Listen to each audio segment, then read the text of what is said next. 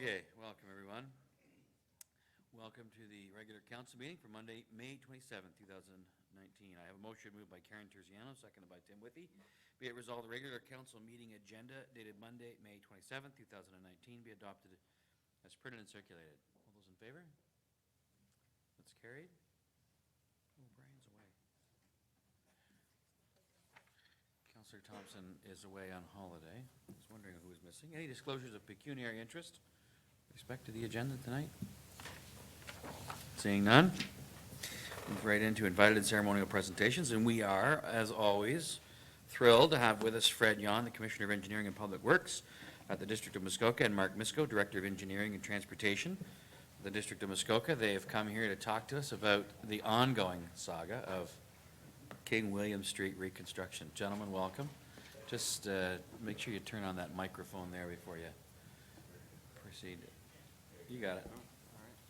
And I'll get out of the way. Welcome, gentlemen. Thank you.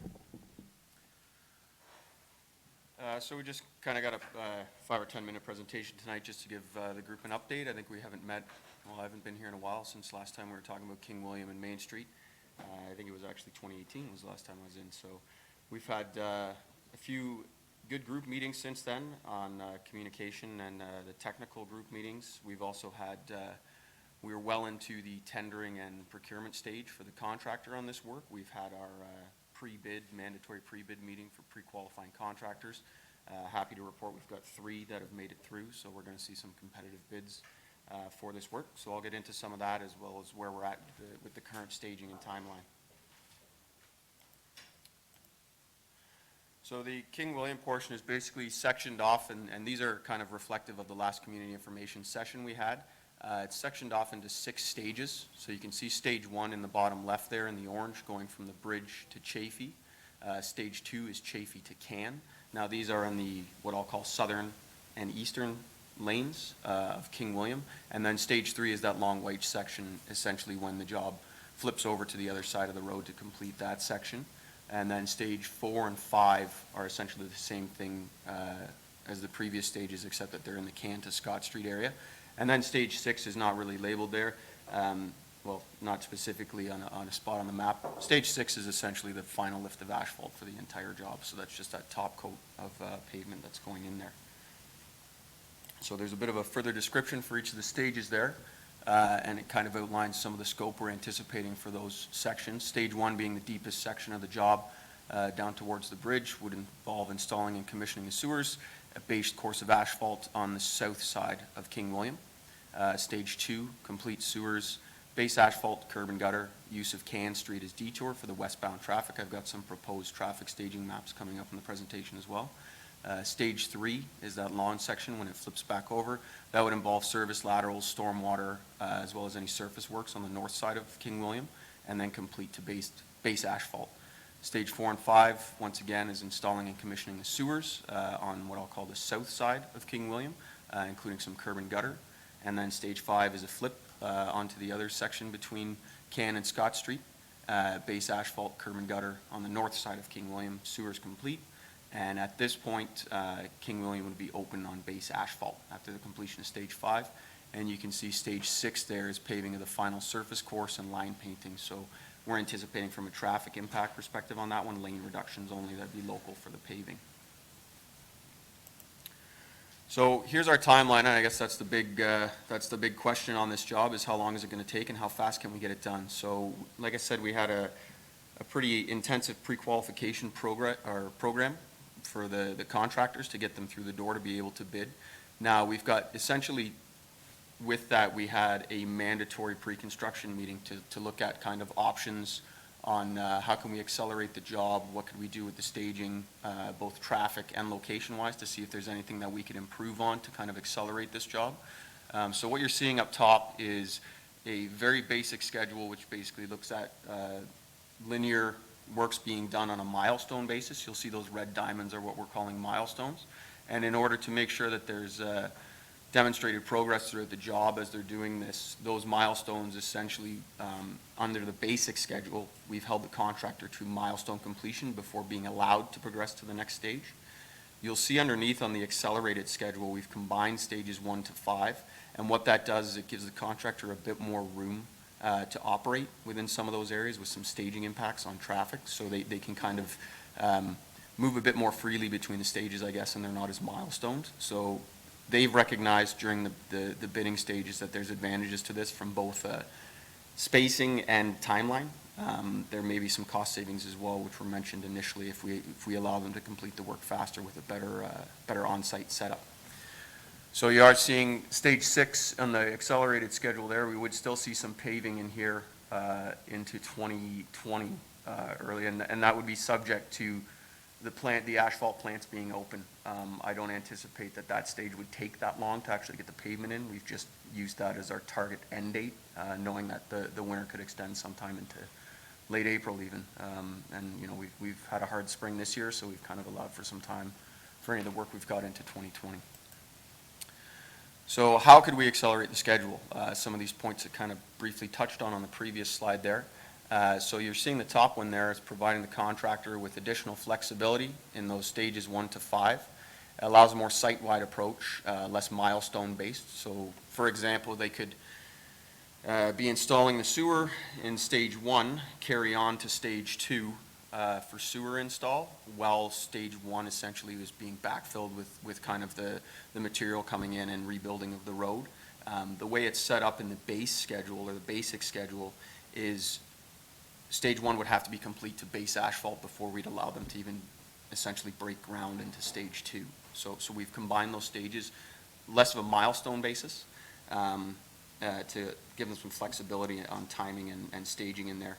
So the second option you're seeing up there is increased lane restrictions. Now, what that means is initially in the base schedule, we were looking to keep traffic passable both directions at all times through the King William job. This is essentially looking at stage 1, which is the deepest part of our excavation, just topographically through there. That's where the, excuse me, the pipes for both stormwater and sewer are deeper through that area, so we're anticipating a bit more of excavation footprint through there.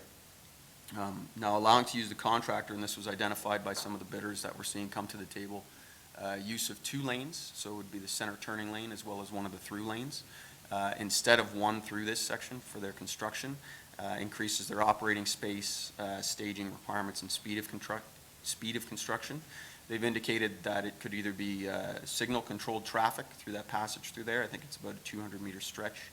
And then the weekends would essentially be back opened up to 2 full lanes, so we could look at some timing restrictions on when that would have to happen for the Friday rush. The third option you're seeing up there is the extension of hours. So in the basic schedule that we have, it's 7 a.m. to 7 p.m. weekdays only. That's kind of the standard construction practice during the summer. We could look at extension of these hours at 7 a.m. to 9 p.m. And possible inclusions of weekends to see that schedule tighten up even more. So accelerating the schedule, how do we know this? Like I said, the mandatory pre-bid meetings were held in April of this year. We had 4 contractors come out. 3 of them have subsequently passed the pre-qualification and moved through, so they're bidding on the tender that closes next Wednesday as of right now. So there's the 5 items that you see there are some of the discussion points that we had during the meeting with the contractor, questions back and forth from both groups on scope of work. There's those perceived challenges with the narrow work areas. Property access to the businesses obviously is paramount through there, so there was discussion around that, as well as utilities. We've kind of been not made aware, but as we were developing the design, Bell came on board, and we know that there's a fairly substantial, what they're calling line 1 utility through the area there, so it's a pretty big communication pipeline for Bell's conduits in the area. So we're in discussions with Bell and the contractors. The potential contractors are aware of this utility, and we're in discussions with Bell on the best way to shore that up and stage it as we go. We had additional discussion on the schedule and staging, some of that you're seeing in the traffic staging, as well as those accelerated schedules. And then we discussed some contractor communication with the community. I know there's a lot of discussion on having them being approachable during the job. And then we gave them a chance to answer any questions or clarifications that they may have. So you'll see on the bottom there that in general, all the contractors that made it through indicated that, you know, although the schedule is fairly aggressive, it is achievable.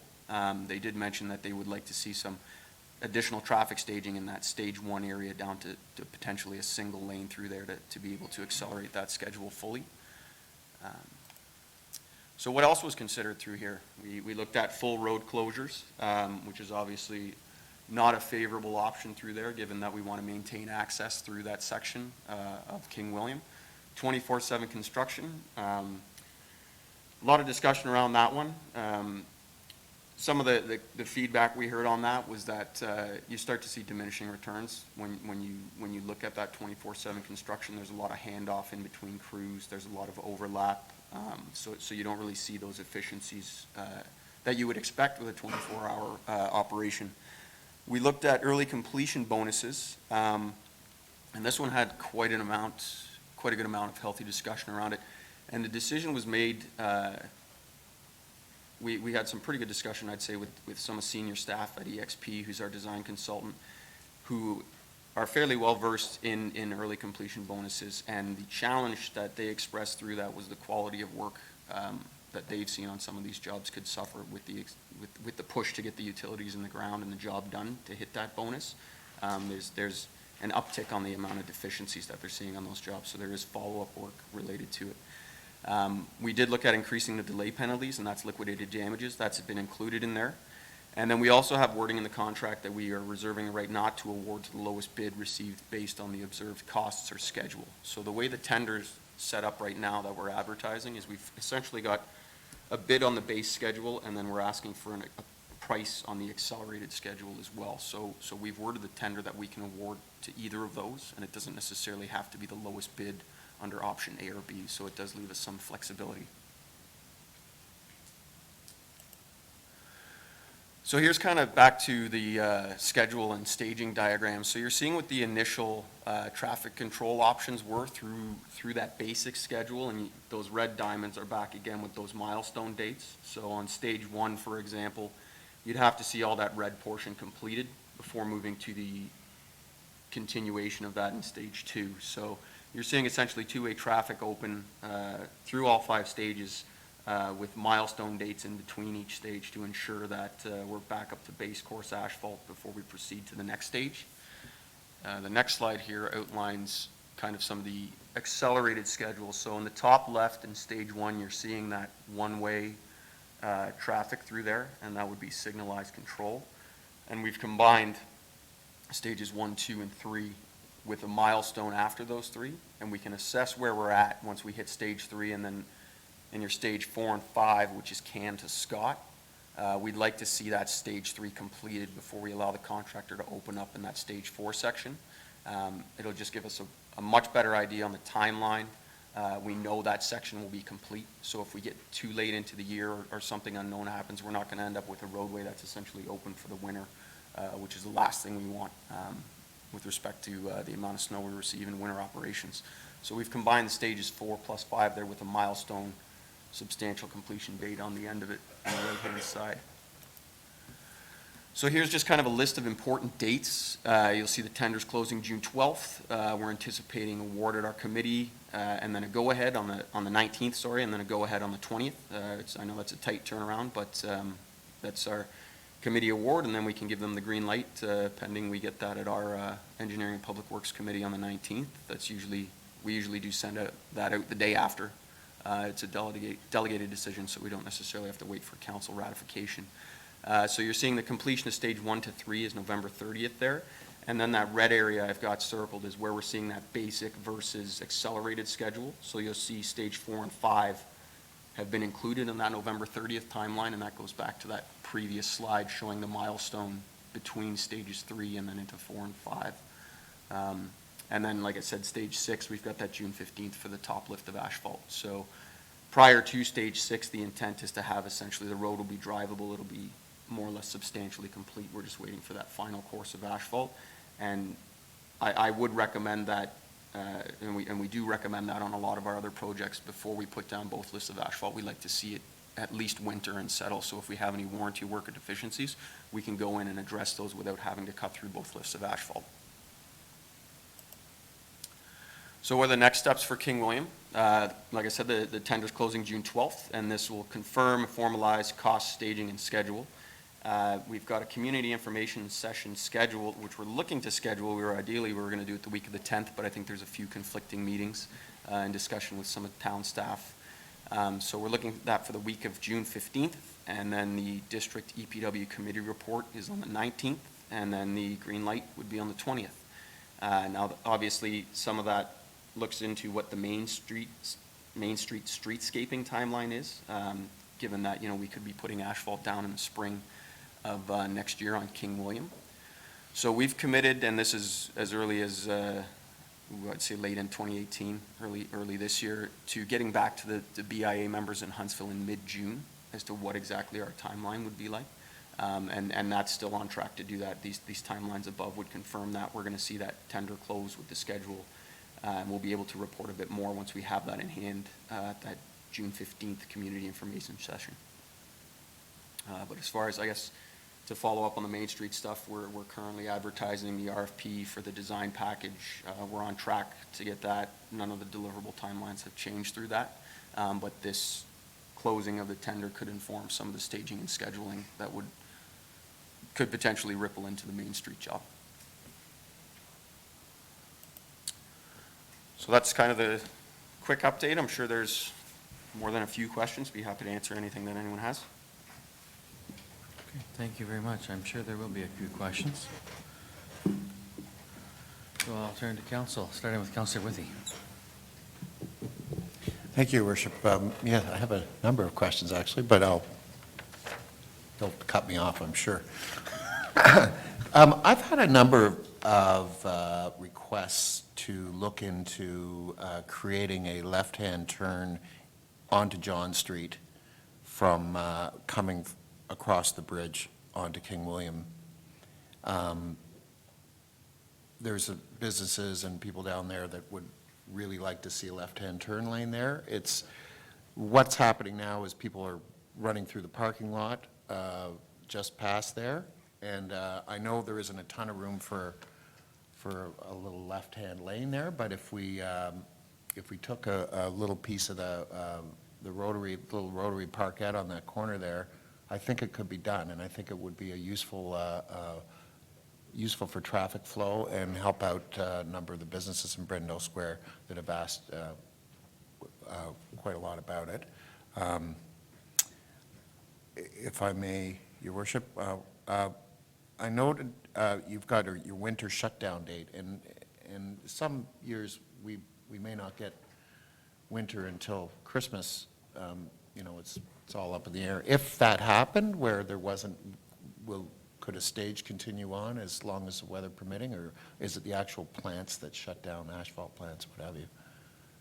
Well, I guess the asphalt plants will stay as open as weather works, and there's business for them to bring pavement out. So if we do have favorable conditions this fall, yeah, we'd like to, that November 30th isn't necessarily a drop-dead date for paving or construction. It's just kind of, we know based on the past few years or past construction experience that's when winter can set in. We had a bit of an earlier winter in 2019, or 2018, sorry, and that set in and Yeah. kind of locked everything up early, so we're just kind of bracing for that. But if we can continue with construction, sure, we'd love to. I'll come back, or do you want me to go ahead? Sorry. If somebody gets agitated, I'll cut you off then. Yeah, okay. Keep going. I know. You spoke a lot about the accelerated schedule, but there wasn't any sort of indication of how accelerated. Would something cut that timeline and take a third off of it, or probably not in half, I'm sure, but if you stepped it up for particularly stage one you were mentioning, would that take another month off the clock, or do you have any idea of what the acceleration would mean in time? Sure, and this is stemming from some of the meetings we had with the contractors for the pre-qualification process. Is what we're hearing back is that if we allow a bit more operational space during that stage one phase, that some of those stages 4 and 5 could essentially come in and they'd be able to hit that November 30th completion date. It does give them a bit more flexibility to move around with respect to just site operations. I mean, it's a tight area, and if we're really, we can restrict to one lane, but it essentially slows the construction down And what we're hearing back from some of the contractors is that if we were to open up that center turning lane, it would give them a bit more platform to work. You know, they've got a material laydown area in there. It just keeps them right at where the work actually is occurring, while the machinery is running. So in advance of the tender closing, that's kind of what the pre-qualification meetings have been telling us, and those were mandatory meetings to have everyone in the room and discuss the scope at that point.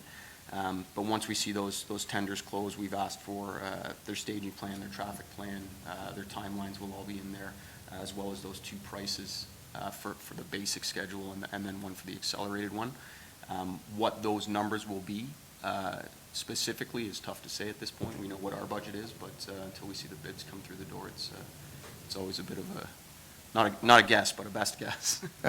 Thank you. Okay, Councillor Armour? Thank you, Your Worship. Through you, I'm curious, we talk a lot about the construction phase and working on site. Do we have designed routes of which way the trucks will be bringing material in and out, like through town, so we can have those well marked too?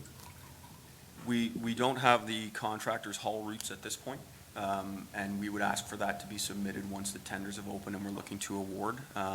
There is some discussion, and we're working with the communication group on what kind of signage we want to essentially cast the net a bit larger, I guess you could say, and how do we get indications that, you know, businesses are open downtown, you can go this way.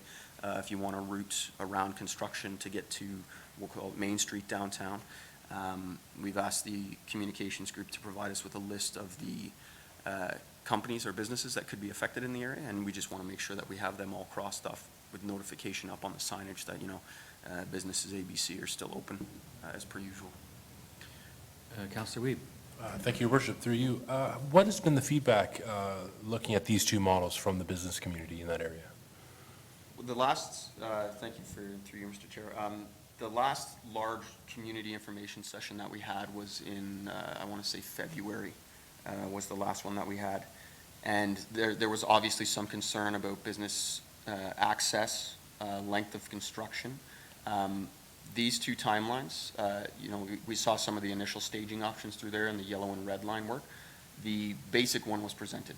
So at this point, the kind of that accelerated one-lane reduction hasn't really been given a lot of feedback at this time. We just had the pre-qualification meetings, so we're just kind of sharing this information out as it comes in. That's one of the reasons we were intending to have that third community information session in advance of us going to our Public Works Committee to recommend award. We wanted to give a chance for all the businesses to kind of provide additional input into it.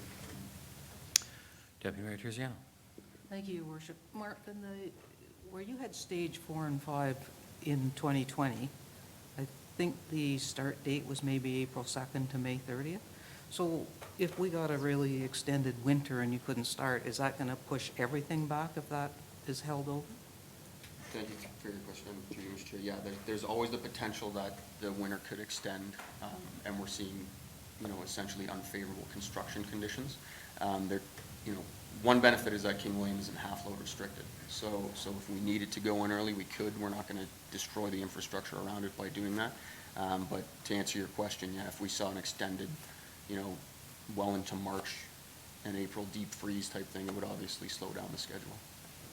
Which, if I may, Go ahead. and so then that would also delay the top layer of asphalt. And I assume the top layer of asphalt can still go down in June, even if that part of the job isn't done until 2020? Thank you. Yes, you're correct. We look to establish what I would call substantial completion, and what that is defined is when whatever asset or whatever you've built is able to be used for its intended use and purpose.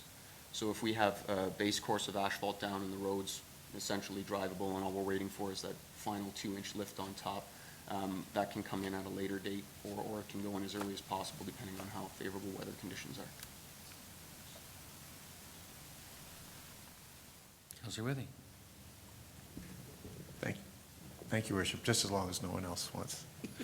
I was interested in your comment about the 24/7 working, and I would have thought that would have been something that we would we would consider just for the minimal disruption. And is that sort of the universal thinking, or you've got a number of contractors looking at it? If a contractor said, we can do that, it's easier and quicker, could that still be on the table, or? Yes, I guess the short answer to that is yes, that we haven't necessarily crossed that right off the list at this point. It's just, that was other things that were considered that we didn't really hear an overwhelmingly positive feedback on. I guess once they look at a 24/7 operation, you start to get into 2, potentially 3 crews that are rolling through the site, and there's a lot of handoff and a lot of what I would call dead time in between each shift as they're coming on or leaving shift. So if we hear from a contractor in their proposal that they're willing to entertain a 24/7 schedule or a 24-hour day schedule, we'd be open and receptive to that. It's just the contractors that we had in the room at the time that we were going through these mandatory pre-bid meetings, that wasn't one of the, I guess, the strongest things that they could do to essentially accelerate that schedule. They were really focused in on, the first ask was, can we close the road the entire way and just have carte blanche through there? So we had to cross that one off and then kind of get to working staging and traffic control from that point, so. So how fast could they do it if they didn't have to deal with traffic? To be honest, we didn't get into the discussion about a full road closure at that point. We've kind of said that's not something that we would want to, we made it a priority that accesses to businesses would be Right. maintained through the entire So you didn't even duration. bother asking the question? Yeah, we didn't get into a full road closure. We heard, That's a shame. I would have liked to know that. Anyone else?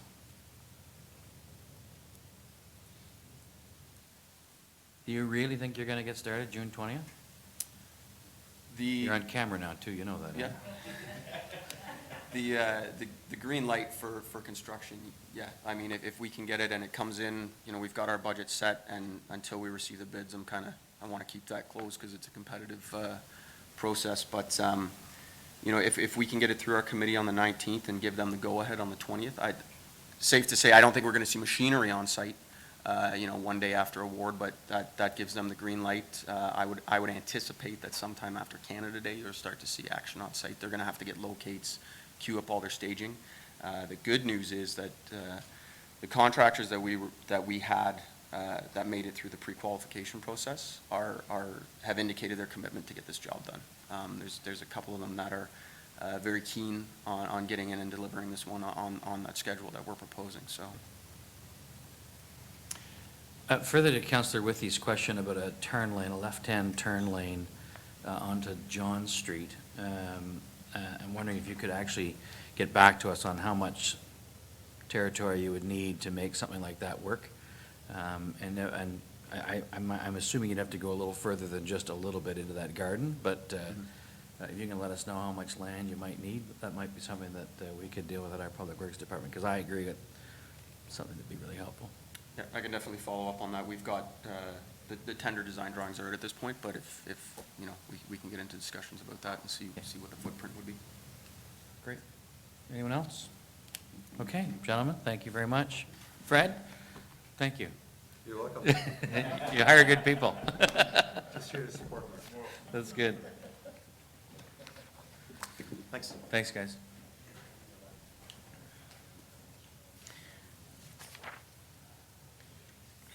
Okay, we'll get into what's the agenda here? Motion moved by Tim Withy, seconded by Karen Terziano. Be it resolved, the following council meeting minutes be hereby adopted as printed and circulated. It's April 23rd, 2019. That was a regular meeting. And then May 7th, 2019, a special council meeting. Any questions about those minutes? Comments? All those in favor? That's carried. Reports for information, Huntsville Public Library Board. Councilor Thompson is not here to tell us about them, but does anybody have any questions about what went on at the Huntsville Public Library Board meeting? Okay. Downtown BIA, Deputy Mayor Terziano. I guess summer has started because the BIA had a very successful beer fest the weekend before last. I know it's not in these minutes because it just happened. We're still working on getting a parking ambassador for downtown this summer. We had applications closed and we had some interviews, and anyways, the successful candidate declined, so we went back out, and I think we're just about ready to do that. And I think the focus right now is keeping the positive message out there for streetscape, which is actually 2020. Thank you for that. Any questions of Deputy Mayor Terziano? Okay. Committee of Adjustment, Mr. Vice Chair, Councillor Fitzgerald, anything of particular? Thank you, Worship. Interest? No, there was normal amount of applications, nothing that was out of the ordinary, mostly approved, and one deferral. Okay. Any questions of Councillor Fitzgerald? Councillor Reeb, I hope you have a report on the Yes. Chamber of Commerce. Thank you. We met last week. We had a good discussion about sort of a debrief about the Maple Fest that had taken place a little while back, and just figuring out what went right, what went wrong. The weather is never something we can decide, but that's okay. The other thing that's coming up, which is pretty exciting, is the Flavors of Ontario. That's the event that's going to be a dinner that's sponsored in part or wholly by Three Guys in a Stove. It's going to be a big dinner down by the dock, and a pretty exciting event that's getting a lot of attention from across the province, and some interested foodie parties and students, et cetera. So I think it's going to be a really interesting event. It's kind of taking the place, if you will, of the President's Ball in lieu of, as a fundraiser for the Chamber. I think it's going to be a really great event. And still more talk ongoing about the ultimate future of the home of the Chamber of Commerce. So we discussed some other options there, and are always keeping our ear to the ground and our ears open for what may be the best fit in the future. So The dinner on the dock, it's a 5-course meal, and the tickets are $100? $150. Councillor Alcock. I didn't catch, what is the date for the dinner on the dock? the date is August 8th. Okay. August 8th. I see some people taking notes. You'll have some ticket sales out of this group, it looks like. Kelly? So that's good. Any other questions of, Councillor Withy wants 2 tickets. There you go. Okay, thank you for that report. Moving on, I have a motion moved by Dan Armour, seconded by Nancy Alcock. Be it resolved, the Accessibility Advisory Committee meeting minutes dated April 24th, 2019, and the recommendations contained therein be hereby adopted as printed and circulated. Councillor Armour, anything to highlight for us there? Thank you, Worship. A couple things. It was a good meeting. We had a deputation from a group called 24/7 Supportive Housing Project.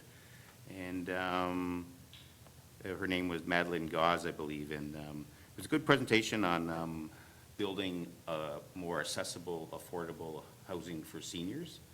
So that regular bedroom, kitchen, living room area.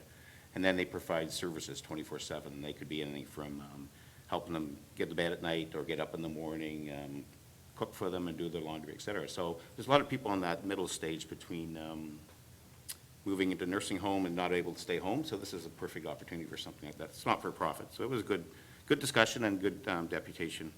There's also a couple of recommendations in there that about we would support that in the way it's talked about, and the fact about a sidewalk going, or investigation of a sidewalk across from Legacy Lane to Ott Drive. So, Great. is that it? Okay, any questions of Councillor Alcock? Thank you, Your Worship. And through you to Councillor Armour, the deputation that you talked about, were they there to identify any barriers that they have in trying to develop those projects, or it's, just wondered if there was a specific ask or request? Through your worship, there was no specific ask. They were just in the planning stages. I think they said right now there's 31 of these homes available in Parry Sound. I think there's 8 in Muskoka. So they're just looking at opportunities here in Huntsville property, maybe current buildings that they could expand to pursue that. So they're called Friends, so the 24/7 housing project. Great. Any other questions? Okay, call the question. All those in favor? That's carried. I have a motion moved by Karen Terziano, seconded by Tim Withy. Be it resolved, the Corporate Services Committee meeting minutes dated April 25th, 2019, and the recommendations contained therein be hereby adopted as printed and circulated. Deputy Mayor Terziano, anything to highlight for us there? Thank you, Your Worship. It was a meeting provided entirely by the Clerk's Department. I think we had a post-election report for information. We updated the code of conduct for citizen appointments, which Councillor Withey had asked for, and the clerk brought that back. And we did an update for the procedural bylaw. And that was pretty much our meeting. Okay, any questions of the deputy mayor? All those in favor? That's carried.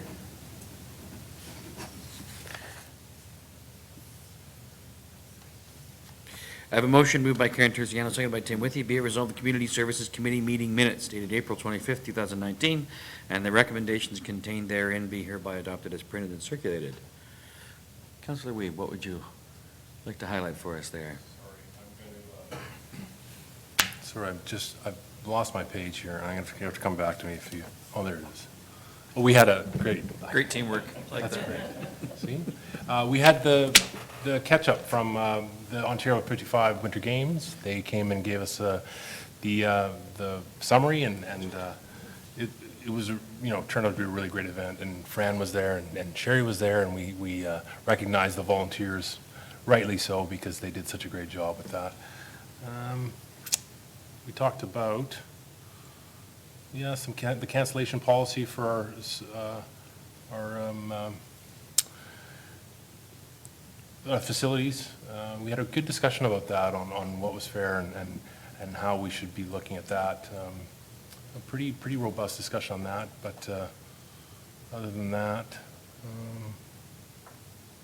we've made at the meeting we talked about the Muskoka Heritage Place and the future of that facility, and we heard that essentially it's time to take on what we've learned from the Lourdes report, and what the staff, where they are at in terms of what's going to work and what potential ideas are out there. And so we've committed to getting a group together of staff and a few members of the committee, and then reaching out to the broader audience, more committee members, et cetera, to really commit and focus on what the plan is for that asset. So we're kind of, it feels a little like we're starting a bit from scratch, but I think there's some energy and some excitement around it, because I think that's what was needed. So we're actually looking forward to that. I think the first meeting we're having is June 6th, so that's coming up. So that's good. And other than that, that's about it. That's all I'll highlight for now. Okay, any questions of Councillor Weeb? All those in favor? That's carried. Thanks, Tim. I have a motion moved by Nancy Alcock, seconded by Dan Eimer. Be it resolved that the Development Services Committee meeting minutes dated May 15th, 2019, and the recommendations contained therein be hereby adopted as printed and circulated, with the exception of recommendations numbers 69-19 and 80-19 to be pulled and voted on separately. Councillor Alcock. Thank you, Your Worship. I'll be brief, as two items have been pulled. So we started the meeting with a concurrent public meeting with the district for a proposed 4-lot development on Town Line Road. We had a presentation from James Murphy of RTO about the arrival of the summer service of Porter Airlines flying from Toronto Island up to Gravenhurst. So that was rather exciting. I won't go into all of the details, but if people want to go to the Town of Huntsville site, I'm sure they'll find the schedule and when the service starts. We approved a change of zoning for an accommodation request at Deerhurst to accommodate trailers to house up to 49 people on a temporary use basis for up to 3 years. And that will obviously house people that work at Deerhurst in the summer. One item that was of interest, we were going to look at a proposed new farmers market bylaw, and our bylaw officer suggested that he take the updated bylaw and take it back, because he had a discussion with the organizer of the farmers market that has moved from the Canadian Tire parking lot to the fairgrounds. And he'd like to make the bylaw a little more flexible, and all of the committee concurred with that. So that was kind of an interesting turn. And that's all I want to highlight from the meeting. Okay, any questions of Councillor Alcock? All those in favor? That's carried. Okay, we have first motion moved by Nancy Alcock, seconded by Dan Heimer. Be it resolved that zoning bylaw amendment Z09, 2019 HDE be approved, changing the zoning from a rural 1 zone to a rural residential zone with the following exception.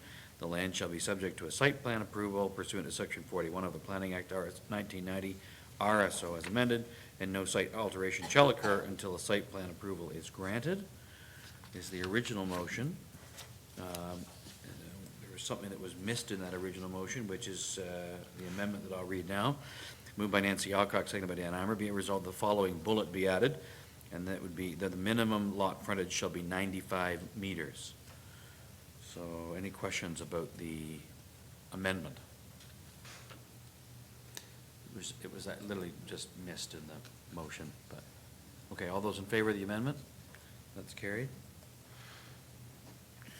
The motion as amended is moved by Nancy Alcock, seconded by Dan Heimer. Be it resolved that zoning bylaw amendment Z09 2000 HDE be approved, changing the zoning from a rural 1 zone to a rural residential zone with the following exceptions. The land shall be subject to site plan approval pursuant to Section 41 of the Planning Act RSO 1990 as amended, and no site alteration shall occur until a site plan approval is granted, and the minimum lot frontage shall be 95 meters. Questions? All those in favor? That's carried. Okay, and the next one is moved by Karen Terziano, seconded by Nancy Alcock. Be it resolved, that the town of Huntsville enter into a service agreement with the Huntsville Municipal Accommodation Tax Association regarding the revenue generated from the Municipal Accommodation Tax Program. And further, that the mayor and clerk be authorized to sign the necessary documentation. And further, that the Director of Development Services or designate be permitted to make minor amendments to the agreement based on input from the Huntsville Municipal Accommodation Tax Association prior to final approval.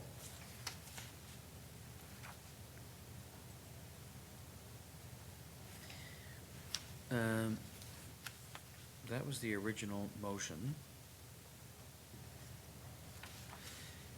And here is the amendment, moved by Karen Terziano, seconded by Nancy Alcock.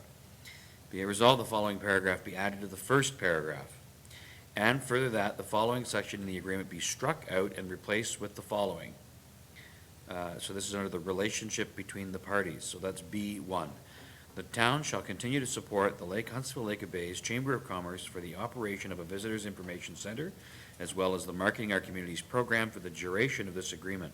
These fees will come from the town's retained 30% of MAT revenue. Questions on the amendment? Councillor Withey. Sorry, for clarity, that's going in or coming out? This is going in, so effectively, well, why don't I let the deputy mayor speak to why she has to have this pulled? Because I think it makes good sense, so Thank she'll you, speak to it Worship. better than I can. It speaks to the section in the agreement that identified the amounts that the town currently gives the chamber for tourism and for marketing, and why we agree we're going to continue to support the chamber through our 30% of the funds.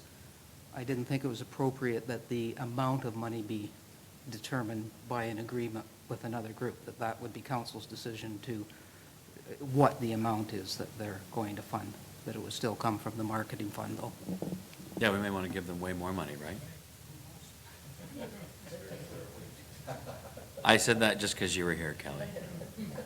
Any other questions on the amendment? All those in favor of the amendment? And the amendment is carried. So the motion as amended reads, moved by Karen Terziano, seconded by Nancy Alcock. Be it resolved that the town of Huntsville enter into a service agreement with the Huntsville Municipal Accommodation Tax Association regarding the revenue generated from the Municipal Accommodation Tax Program. And for that the following section in the agreement be struck out and replaced with the following. Relationship between the parties. That's B1. The town shall continue to support the Huntsville Lake of Bays Chamber of Commerce for the operation of a visitors information center, as well as the Marketing Our Communities program for the duration of this agreement. These fees will come from the town's retained 30% of MAT revenue, and for the mayor and clerk be authorized to sign the necessary documentation, and further, the Director of Development Services or designate be permitted to make minor amendments to the agreement based on input from the Huntsville Municipal Accommodation Tax Association prior to final approval. Questions on the motion as amended? All those in favor? That's carried. Okay, we'll move on to reports from municipal officers. We have a report from Director Hammond regarding the community cleanup.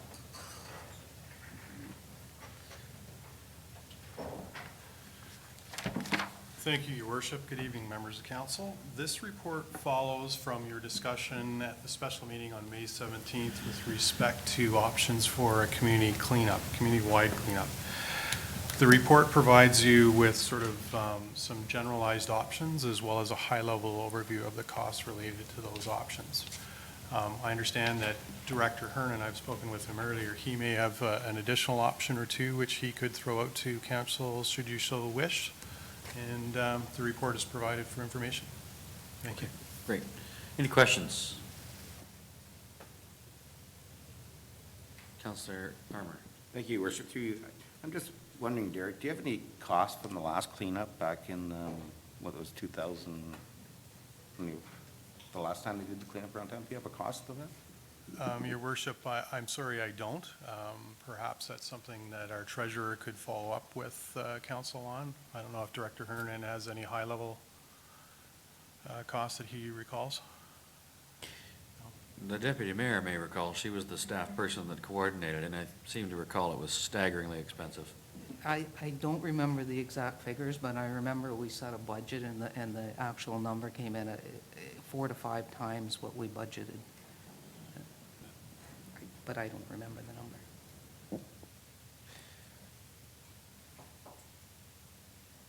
Yeah. Okay. Thank you. Thank you. And before you go, since that's probably your final report to this council as the Director of Development Services, and before we wade into closed session, I wanted to just take another moment to thank you for the 3 or so years you've been here. We stole you away from the district, and now we're getting our just rewards. They're stealing you away from us to the Township of Muskoka Lakes, and they're all the better for it. So we wish you all the best, Derek, and congratulations on your new position as the CAO of the Township of Muskoka Lakes. Thank you so much, Your Worship. I've really enjoyed working with this council and the previous term of council and serving the residents of Huntsville. It's been a true pleasure and an honor. Thank you. Thank you.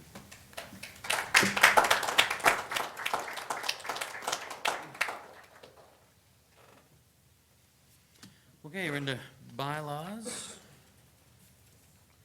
I have a motion moved by Dion Schumacher, seconded by Dan Armour. Be it resolved, the following bylaws be received, numbered and read a first time this 27th day of May 2019.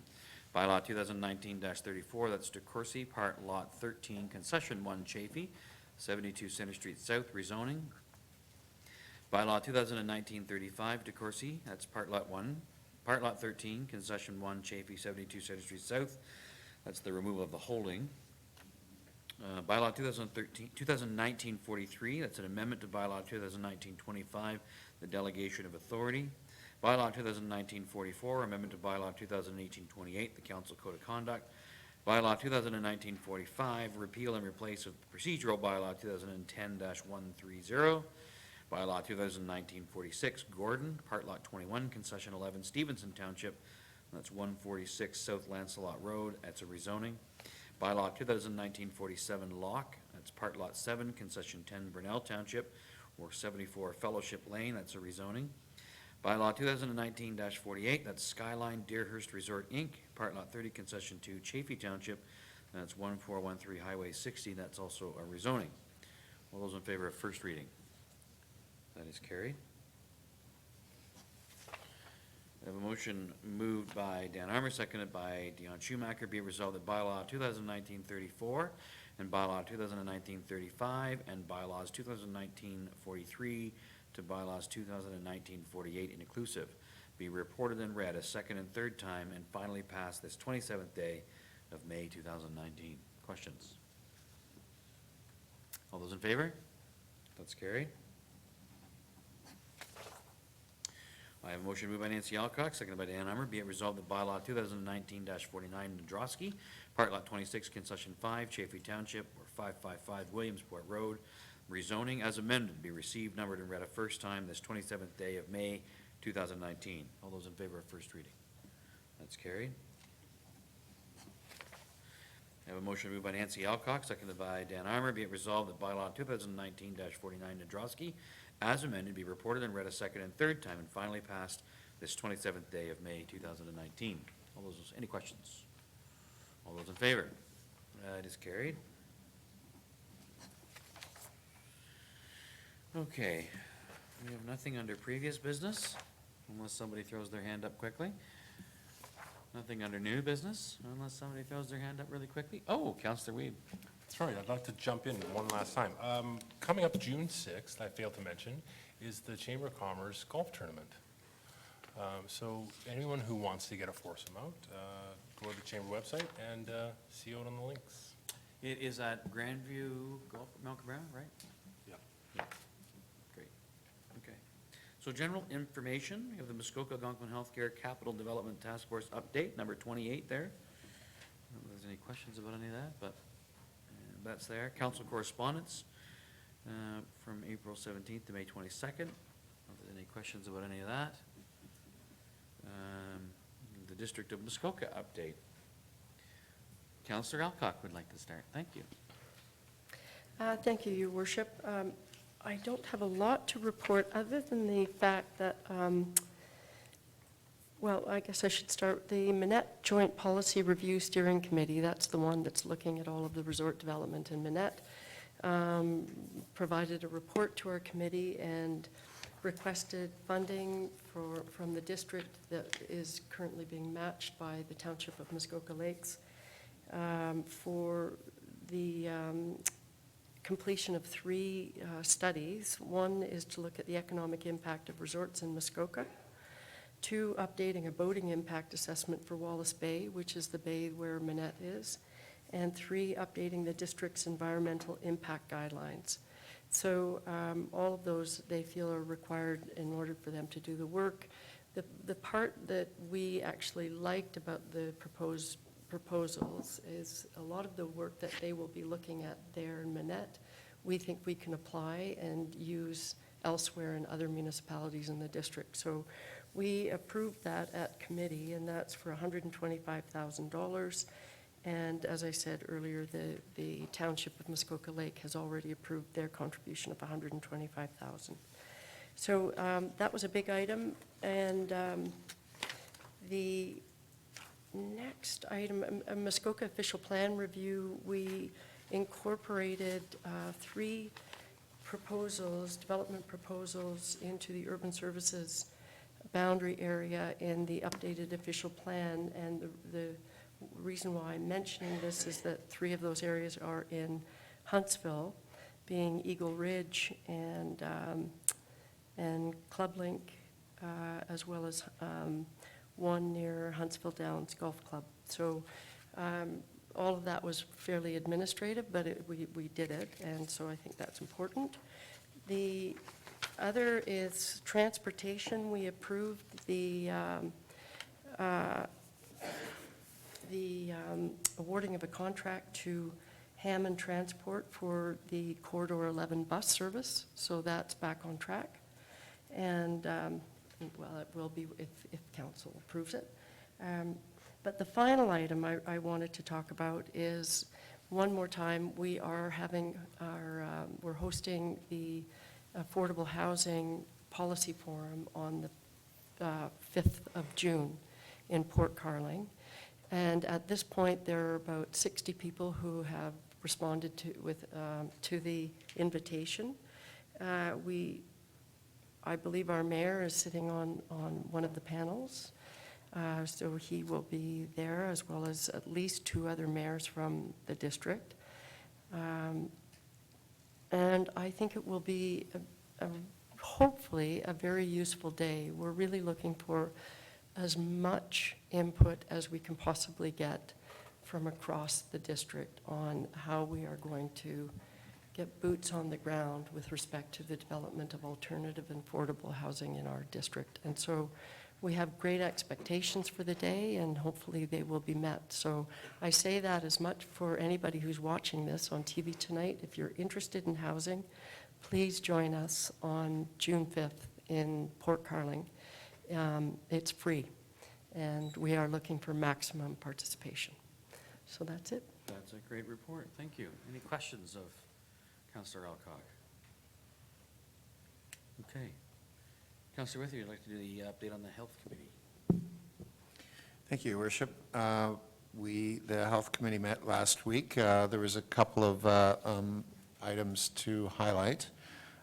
We had a further discussion about the Fairburn nursing home situation and where it sits as far as the application for more beds, and how that's all going to play out. So the gist of it is that there's a requirement by the ministry that if you're going to redevelop a nursing home, that you have to, the owners of the nursing home have to come up with half the money, which is back when I had that hat on as Fairburn redevelopment committee member. That's when we got the commitment out of the district for 10.5 million. That was for a 96-bed build. Now the speculation, it's going to be probably at least 128 beds, if not 160. And what does that mean in the grand scheme of things for cash? So the anticipation is that the Fairburn people will be back to the table, district table, hat in hand. And so as a result, there is a meeting coming up, a joint meeting between the Health Committee and Corporate Services to sort of discuss this head on, and the date escapes me. I don't know if I put it in here or not. Anyways, so that's coming up, which should be an interesting discussion. You know, having dealt with this myself prior, it is quite a process that the Ministry of Health makes you jump through. So I think it's great that we're probably going to get more beds, but it's going to set the clock back a little bit as well as far as getting a shovel in the ground and getting going. Another item that we discussed, it was interesting, the Simcoe Muskoka Health, I want to say Health Board, but no, it's the Public Health Unit, right. They, through our council rep, at their own board, they had passed a motion to request that the province keep Muskoka tied with Simcoe rather than the new boundaries that have been brought forward by the Ministry of Health. Now, discussion ensued, and personally, having been on the District Health Council from 1998 to 2004, when our territory was to the north, my feeling is that I'm not so sure why we want to remain tied in with Simcoe so much. It wasn't a bad deal for us to be part of the Northern Territory before. And the other perhaps benefit that may come of that is maybe the district may be put back into Northern Ontario status, which I think would be a good thing for our area. So I kind of question whether or not we as a district council, or certainly committee, should support that motion as requested at that time, because it's kind of one of those things that the government has sort of, you know, it was that way prior to the Liberals coming in 2004. Now we're back, and it's switching back, and this is just the new way it's going to operate. And it's just because you're changing the way you're looking doesn't make it a bad thing, I don't think. I know that going from District Health Council and onto the LHIN, certainly with the LHIN, when we were the North Simcoe Muskoka LHIN, we were very much affected by the pull of gravity by RVH in our area here. So I don't think it's a bad thing to go in the other direction myself. Anyway, that was it. We had the ambulance presentation. We're buying a new ambulance, as Dan Armour's giving me a couple of fingers over there, so I'm assuming he means 2 ambulances and not another sign. As per schedule, so that was good news as well. Anyway, I think that's it for me. Thanks. Okay, any questions of Councillor Withy? Okay. I will give you an update on, we had Committee of the Whole Council to discuss development charges, and so that was fairly painful, but we did get a commitment from majority of district council to just hold the rate as it is for now until we do a little more digging. I think there's a general understanding that probably development charges are gonna have to go up a little bit, but the new consultant that they've brought in have suggested that it should go up over 1,000% in some cases, and so it's one of those things that I've been wishing for years that we could get rid of Watson Associate and get a new consultant, and I guess that's why you should be careful what you wish for, because these people are crazy. At any rate, that continues. We went on to district council, which was fairly uneventful as well. Yeah, nothing really much to report there, just sort of minutes. Our Finance and Corporate Services Committee, though, we're still very much in the orientation sessions, and so there's a few new members of our committee. So we had a presentation on the continuous improvement unit. We had a really painful presentation on risk management policy. This is dry stuff. If you have trouble sleeping, you should read these reports.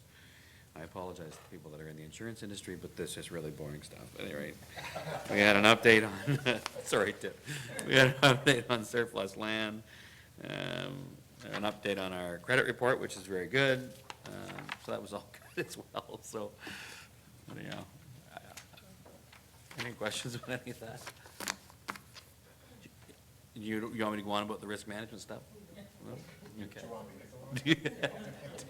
Tim would do a better justice than me.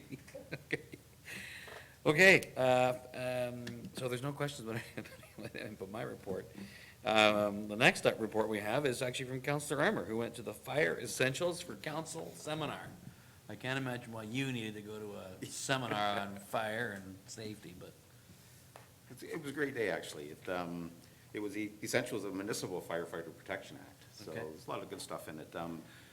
Councillor Thompson was there, I was there, and our Chief Hernan was there, and there's also each municipality in Muskoka was represented. It was a full day, lots to take in. It went from understanding legislative responsibilities, regulations affecting the municipality, concept of fire protection, public safety, the fire enforcement, et cetera, and also a lot about mutual aid. So it was a full day and very informative, and it was brought on by the 2 people from the Ontario Fire Marshal Office, so they're very knowledgeable and a lot of good questions. It was actually very well taken. I think anybody gets a chance to go, they should probably go and join in. Great. Any questions of Councillor Armour? Okay. Yes, I do. Crystal's reminding me of things that I'm forgetting. We are going to hold a special council meeting on Wednesday, June 12th at 6 p.m. in the Algonquin Theater. So this will be our public meeting regarding the recent flood. So we want the community to come out, and this is our opportunity to do a review, probably similar to what the Director Hernan did for council. We'll have him sort of show people kind of what happened this time, what was different. We want to make sure that the community can come out and talk to us about sort of our response to the flood, what we did well, what we could probably do better next time, because we're probably going to have another flood.